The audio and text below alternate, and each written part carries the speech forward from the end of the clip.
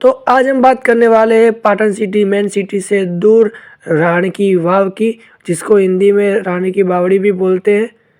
तो सबसे पहले आपको आ जाना है यहाँ पर टिकट लेने के लिए। इसका इंडियन पर्यटक के लिए है 40 रुपये और फॉरेनर के लिए 600 रुपये। और आज लकीली कोई फॉरेनर भी आए हुए थे तो हमारे व्लॉग में भी वो आ गए।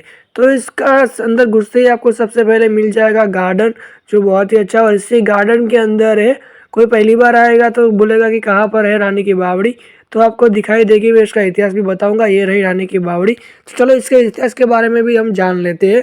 तो इस रानी की बावड़ी को सबसे पहले देख लो कि इतिहास में यहाँ पर लिखे गए हैं। अगर आपको इतिहास नहीं पता तो यहाँ पर 3 स्तंभ लिखे गए हैं, जिसमें एक गुजराती भाषा में भी यहाँ पर, जैसे कि आपको दिखा रहा हूँ कि मैं गुजराती भाषा में भी यहाँ पर लिखा गया है, देख रहे हो, क्योंकि गुजरात पाटन में है रानी की बावड़ी। उसके अलावा यहाँ पर हिंदी और इंग्लिश में भी इसका इतिहास लिखा गया है। ठीक है, तो चलो अब मैं आपको इस रानी की बावड़ी का थोड़ा सा इतिहास भी बता देता हूँ। इस रानी की बावड़ी को बनाया है उदयमती 11वीं सदी के अंतिम चतुर्थांश में करवाया गया था।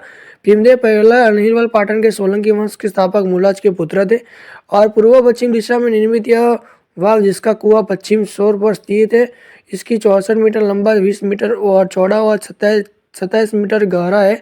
इस वाव में स्तंभ युक्त बहुमंजिला मंडप, कुआं और अतिरिक्त पानी जमा करने हेतु बड़ा कुंड भी है।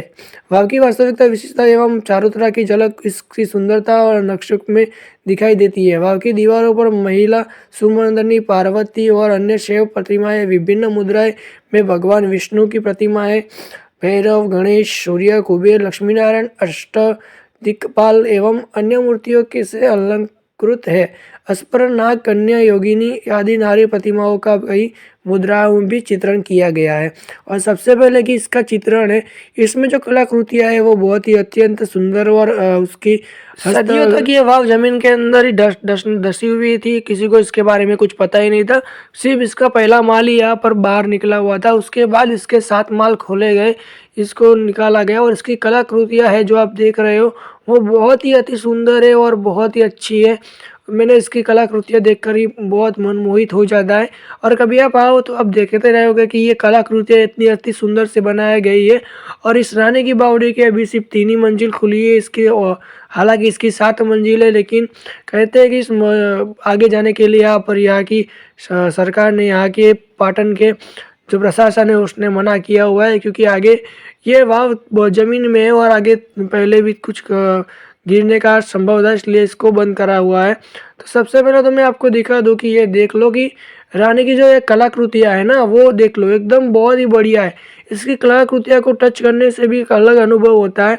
और जो भी है रानी की बावड़ी में ये कलाकृतियाँ ही है। यहाँ पर अलग अलग कलाकृतियाँ है, शिव शंकर भगवान की, विष्णु भगवान की, अलग अलग यहाँ पर कलाकृतियाँ जोड़ी गई है। बोलते हैं ना कि यहाँ के स्तंभ में भी कलाकृतियाँ बनाई गई है। और यहाँ पर पर्यटक तो आते ही है, लेकिन आपको वीडियो पसंद आया तो सब्सक्राइब कर देना। ठीक है, थैंक यू फॉर वॉचिंग।